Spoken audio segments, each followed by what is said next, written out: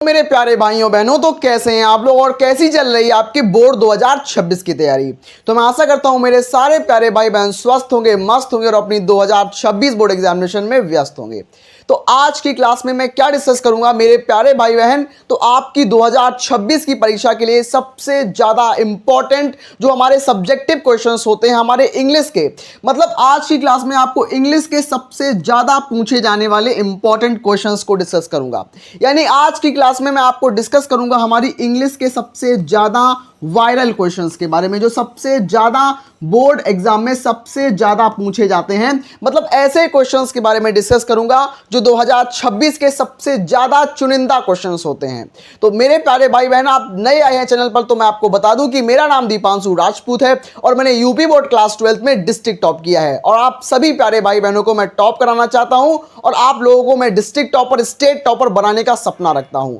तो मेरे प्यारे भाई बहन, आज की क्लास में मैं सारे क्वेश्चंस वही कराऊंगा जो 2026 की परीक्षा में बिल्कुल छपने वाले हैं। नंबर 1 हमसे क्या बोल रहा है, क्वेश्चन नंबर 1 हमसे क्या बोल रहा है कि what was the friends expected to be prepared with for school that day.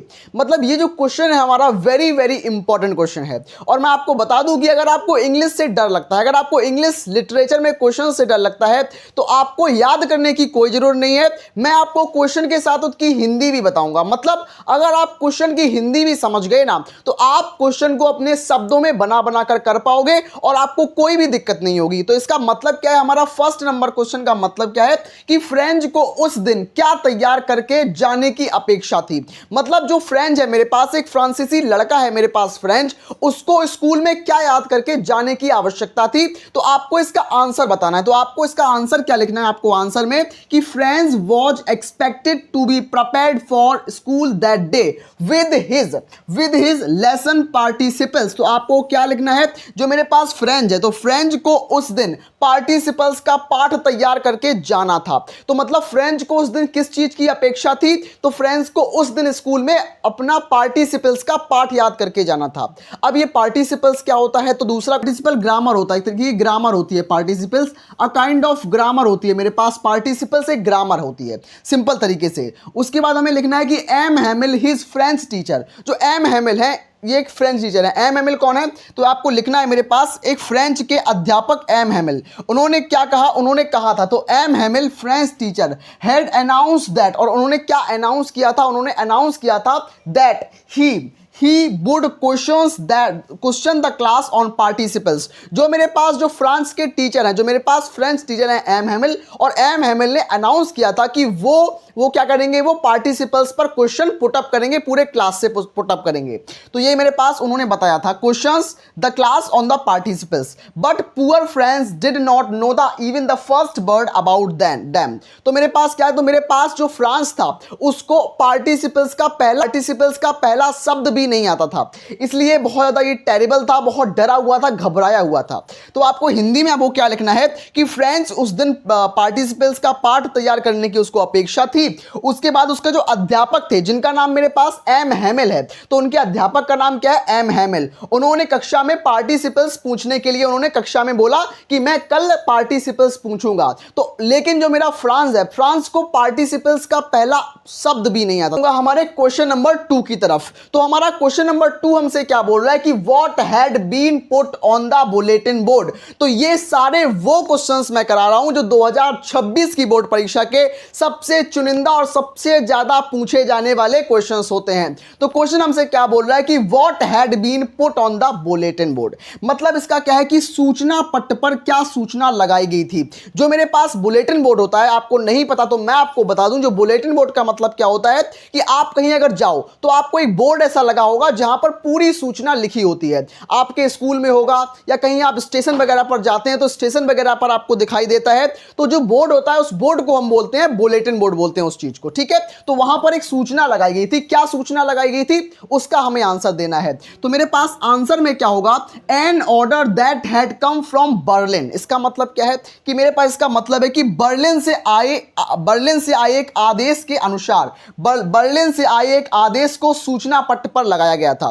तो इसका मतलब क्या है कि बर्लिन से कोई एक आदेश आया था जिसको मैंने उस बोर्ड पर लगाया हुआ था। तो क्या वो आदेश आया था वो हमें बताना है। तो मेरे पास क्या है कि head put on the bulletin board, जो मेरे पास बर्लिन से आदेश आया था उसको बुलेटिन बोर्ड पर लगाया गया था। तो मेरे पास क्या लगाया गया था, only German would be taught in the school of Alsace and Lawrence. इसका मतलब क्या है कि only German would be taught in the school of Alsace and Lawrence, कि मेरे पास इसका मतलब क्या है कि अल्सास और लॉरेंस, अल्सास लॉरेंस क्या है, मेरे पास फ्रांस के दो डिस्ट्रिक्ट हैं, मेरे पास फ्रांस के दो जिले हैं जहां पर केवल और केवल जर्मन भाषा सिखाई जाएगी, जहां पर केवल ओनली जर्मन, यहां पर केवल और केवल जर्मन भाषा सिखाई जाएगी, यहां पर फ्रांसीसी भाषा बिल्कुल नहीं सिखाई जाएगी। तो ये कहां की बात है, ये मेरे पास बात है कहां की, मेरे पास फ्रांस की बात है। और फ्रांस पर कब्जा कर लिया था किसने, जर्मनी ने। तो जर्मनी ने फ्रांस के ऊपर कब्जा कर लिया था, तो वहीं की यह बात चल रही है कि मेरे पास अब फ्रांस में केवल और केवल जर्मन भाषा सिखाई जाएगी,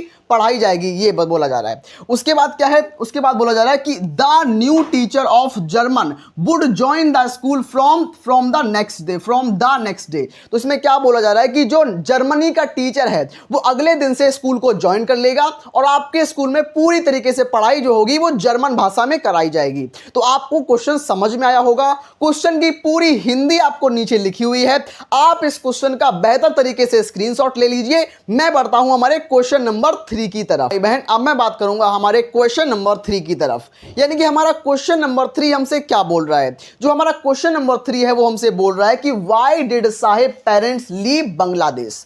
जो मेरे पास साहिबे आलम है वो कहां का रहने वाला था, वो मेरे पास बांग्लादेश का रहने वाला था। मैं आपको बता दूं कि मेरे पास जो साहिबे आलम, एक साहिब नाम का लड़का था मेरे पास, वो कहां का रहने वाला था, वो मेरे पास बांग्लादेश का रहने वाला था। कहां का, बांग्लादेश का रहने वाला था। और बांग्लादेश से वो भारत में आया था। क्यों आया था, क्योंकि बांग्लादेश में बहुत ज्यादा तूफान वगैरह आते थे, उसकी फसलें, उसके घर नष्ट हो जाते थे, इसलिए उसने सोचा कि मैं इंडिया में आऊंगा और वहां पे कुछ व्यवसाय करूंगा, कुछ बिजनेस करूंगा, ताकि हम थोड़ा ग्रो अप हो गए, थोड़ा मतलब हम थोड़ा आगे बढ़ पाए। तो लेकिन ऐसा कुछ नहीं हुआ, वो बेचारा बांग्लादेश से इंडिया आया और इंडिया में आने पर वो रैग पिकिंग कर रहा है, कूड़ा कचरा बीन रहा है। तो वो स्टोरी हम सभी लोगों ने पढ़ी हुई है वो स्टोरी। अब उस स्टोरी पर एक आधारित आपको क्वेश्चन मिल रहा है कि बांग्लादेश से, मतलब साहिब के माता पिता ने बांग्लादेश को क्यों छोड़ा, मतलब साहिब के माता पिता ने बांग्लादेश को क्यों लीव कर दिया। इसका आंसर आपको देना है। Answer, Sahib parents lived in Bangladesh. इसका मतलब क्या है कि जब साहिब के जो माता पिता थे, जब साहिब के पेरेंट्स थे, वो जब बांग्लादेश में रहते थे, उसमें क्या लिखा है, between the green fields of Dhaka, मतलब वो ढाका की हरी हरी फील्ड्स में, वादियों में रहते थे। कौन मेरे पास, जो मेरे पास साहिब है, साहिब मेरे पास हरे भरे मैदानों में रहता था। कहां पर, बांग्लादेश की ढाका में रहता था। और मेरे पास जो ढाका है, ढाका मेरे पास कैपिटल होती है मेरे पास बांग्लादेश की। जैसे कि हमारे भारत की राजधानी नई दिल्ली है, वैसे ही मेरे पास बांग्लादेश की राजधानी मेरे पास ढाका है। सिंपल तरीके के बाद हमें क्या लिखना है कि there were many storms that swept away their fields and homes. इसका मतलब क्या है कि बांग्लादेश में जहां वो लोग रहते थे वहां पर बहुत सारे स्टॉर्म्स आते थे। बहुत सारे स्टॉर्म्स का मतलब क्या होता है, तूफान। तो स्टॉर्म्स का मतलब होता है बहुत सारे तूफान आते थे, जिससे उनके घर, जिससे उनकी फील्ड्स, उनके घर बिल्कुल तबाह हो जाते थे, बिल्कुल नष्ट हो जाते थे। तो इसलिए वो लोग बहुत परेशान हो गए थे। कौन, मेरे पास साहिब के माता पिता। उसके बाद लिखना है कि that is why they are migrated in Delhi and settled in Seemapuri looking for the occupation. तो मैं आपको बता दूं कंप्लीटली, मैं आपको समझाता हूं मेरे पास क्या है। उसके बाद मुझे क्या बताना है कि दैट इज वाई मतलब इसलिए, दे आर माइग्रेटेड इन दिल्ली, और वो लोग दिल्ली में आ गए। कौन लोग, साहिब और उसके माता पिता दिल्ली में आ गए। They are migrated in Delhi and settled in Seemapuri, और वो लोग सीमापुरी, दिल्ली का एक झुग्गी झोपड़ी वाला एरिया होता है सीमापुरी, और वो लोग सीमापुरी में सेटल हो गए आके। कौन लोग, साहिब और उसके माता पिता। ठीक है, settled in Seemapuri looking for occupation. Occupation का मतलब क्या होता है, व्यवसाय। और वो लोग सेटल होके क्या करने लगे, वो व्यवसाय को खोजने लगे, वो बिजनेस को ढूंढने लगे। लेकिन वहां पर उनको दुर्भाग्यवश कोई भी बिजनेस नहीं मिला इस तरीके का, उनको वहां पर रैग पिकिंग ही करनी पड़ रही है। तो मेरे प्यारे भाई बहन, आप लोगों ने 3rd नंबर के क्वेश्चन को समझा और सीखा होगा। आप इस क्वेश्चन का बेहतर तरीके से स्क्रीनशॉट ले लीजिए। अब मैं बढ़ता हूं हमारे क्वेश्चन नंबर 4 की तरफ। अब मैं आ चुका हूं हमारे 4थे नंबर के बेहतरीन क्वेश्चन की तरफ। तो हमारा 4th नंबर हमसे क्वेश्चन क्या बोलता है कि what kind of gold did the people of Seemapuri looking in the garbage. इसका मतलब क्या है, मेरे पास जो सीमापुरी के लोग हैं वो किस किस प्रकार का सोना कचड़े में ढूंढ रहे हैं। मतलब जो सीमापुरी के लोग हैं वो सोने को ढूंढते हैं कहां पर, कचड़े में। तो इसका मतलब मेरे पास क्या होता है, इसका मतलब मैं आपको बहुत आसान से आसान शब्दों में सिखाऊंगा। मेरे पास जो आंसर है इसका आंसर आपको हिंदी में भी मिल जाएगा, यानी कि मैं आपको कंप्लीट हिंदी अनुवाद बता रहा हूं। और हां, ऐसा कोई आपको नहीं समझाएगा कि आपको इंग्लिश के साथ हिंदी भी दे। मेरे प्यारे भाई बहन, आप इसको स्क्रीनशॉट लेके जरूर रख लेना और आपका काम बनेगा नहीं, बिल्कुल दौड़ेगा। आंसर में आपको क्या लिखना है, the प्यूपिल of Seemapuri looking for items in the garbage. मेरे पास जो सीमापुरी के लोग हैं, जैसे कि मेरे पास साहिब हो गया या उसके माता पिता हो गए या उसके साथ और भी उसके दोस्त यार रहते हैं, वो सब क्या करते हैं, वो कूड़ेदान में अपने बहुत जो प्रीसियस आइटम्स होते हैं उनको खोजते हैं। तो इसमें क्या लिखना है कि the प्यूपिल of Seemapuri looking for item in the garbage which can be treated for money, meaning of gold। इसका मतलब क्या है कि ये लोग क्या करते हैं, गार्बेज में, कूड़ा कचरा दान में क्या करते हैं, सोने को ढूंढते हैं। अब सोने का मतलब इनका क्या होता है, सोने का मतलब कि ऐसी चीज इनको मिल जाती है जिसको बेचकर उनको पैसा मिल जाता है, और उस पैसे से वो लोग क्या करते हैं, उस पैसे से लोग अपने खाने पीने की चीजें ले लेते हैं, मतलब जिससे उनका घर चलता है, जिससे उनको सोर्स ऑफ सर्वाइवल उनको मिलता है। इस चीज से बताया जा रहा है, उसको ये लोग गोल्ड बोल देते हैं। गोल्ड का मतलब यहां पर सोना बिल्कुल नहीं है। It damn to live his daily lifestyle. मतलब मेरे पास क्या होता है, ये जो वो सोने को ढूंढते हैं, जो वो कूड़े कचड़े बीनते हैं, ये उनको लाइफ को जीने में मदद करता है। मतलब ये उनके लिए सर्वाइवल का एक तरीके से काम करता है, सिंपल तरीके से। And have a roof over the head, और उनके ऊपर जो सर पे छत बनाए रखती है, ये इन चीजों से ही इनके ऊपर, सर के ऊपर छत आती है। मतलब कूड़ा कचड़ा बीनने के बाद ही इनके सर के ऊपर छत आती है बेचारों के ऊपर। For a